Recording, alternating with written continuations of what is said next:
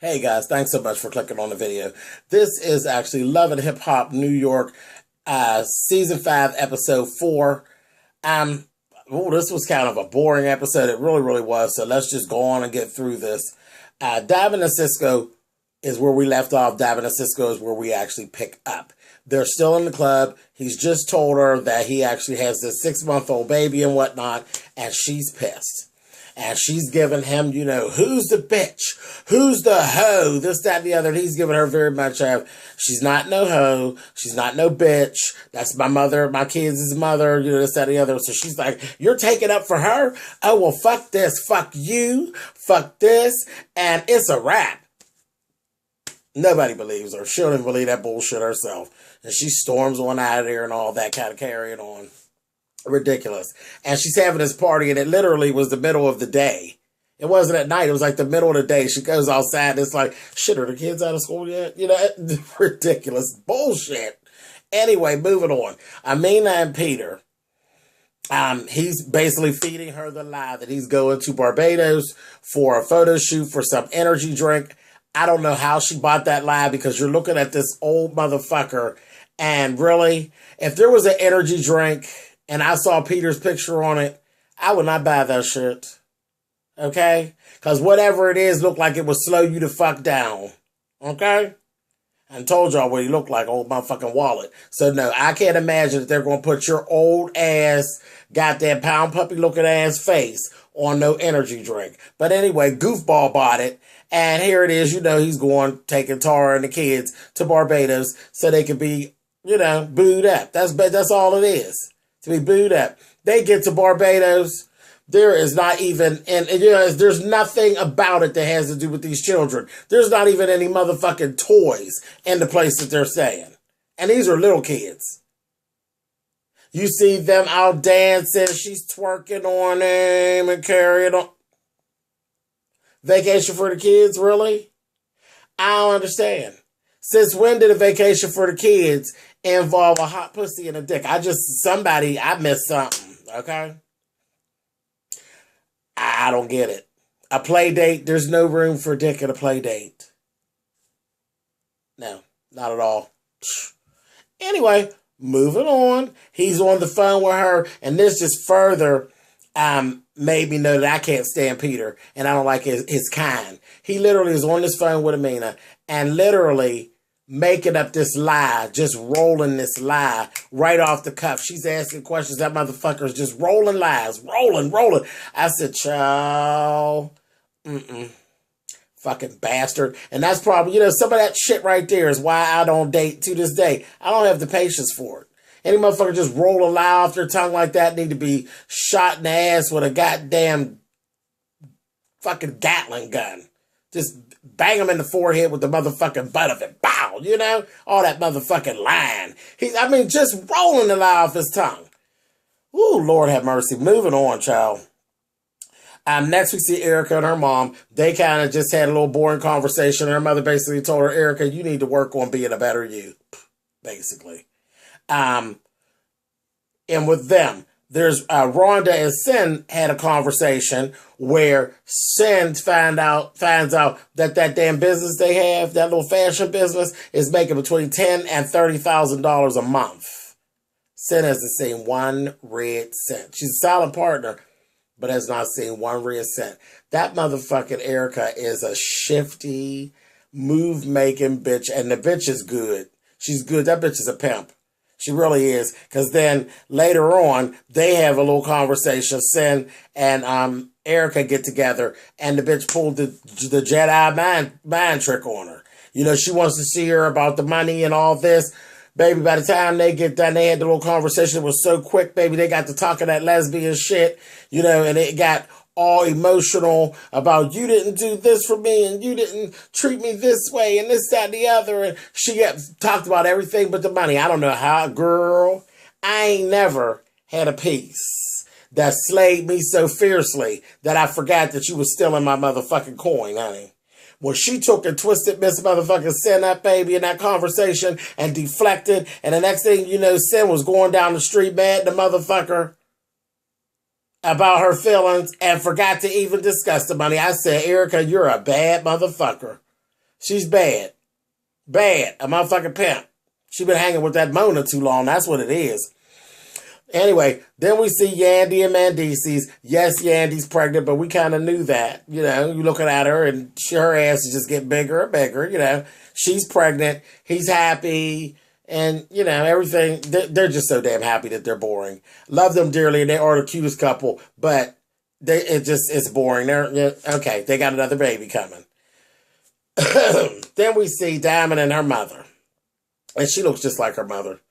Ridiculous. But anyway, she's telling her mother all this bullshit. I'm staying here to model. And then she told her what went on with Cisco. She's like, I'm embarrassed. And her mother's like, no, you stupid is what you are.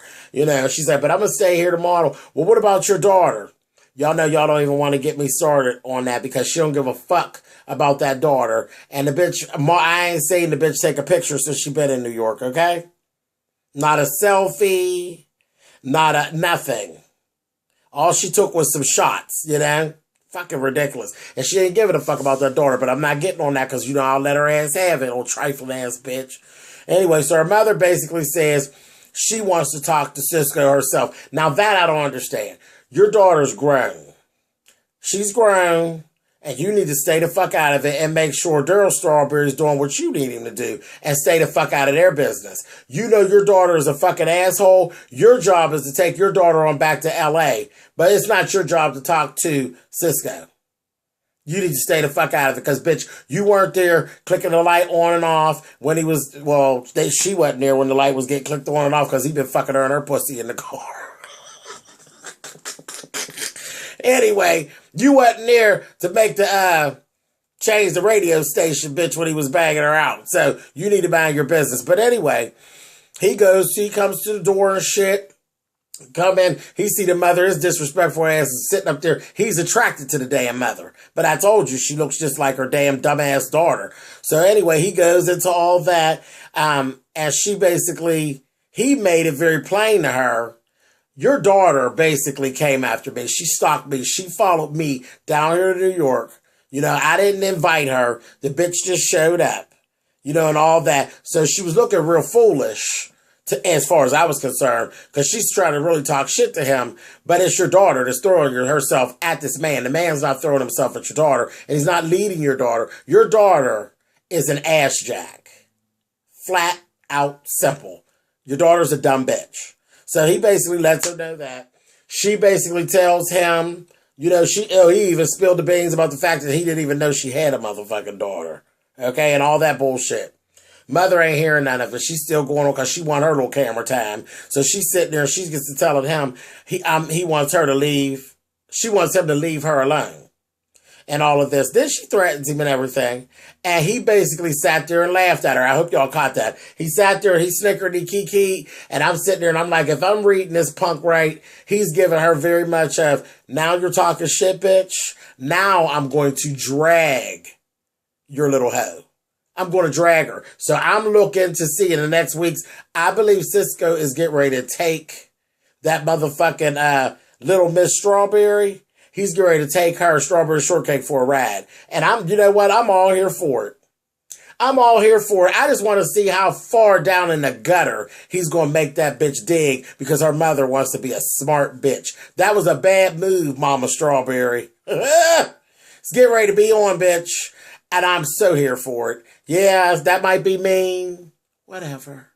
But I'm here for it. Okay? Anyway.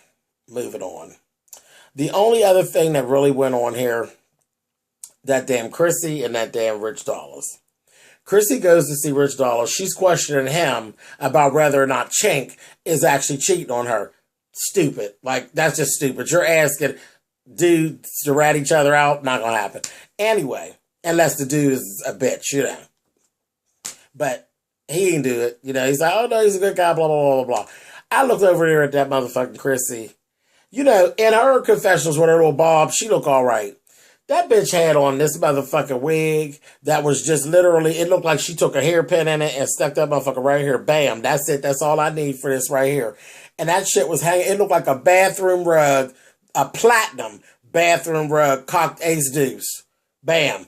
a mess. And it looked like one of them that been laying on that bathroom floor 6 months. It was just this walked out. Horrible. Just horrible. Then we see her. She comes to the studio. Chink's in there with Jay De Niro. She's on her studio time, and she wants to, break into it. And she come in there. First thing you see when she walks through the door, soggy ass motherfucking titties.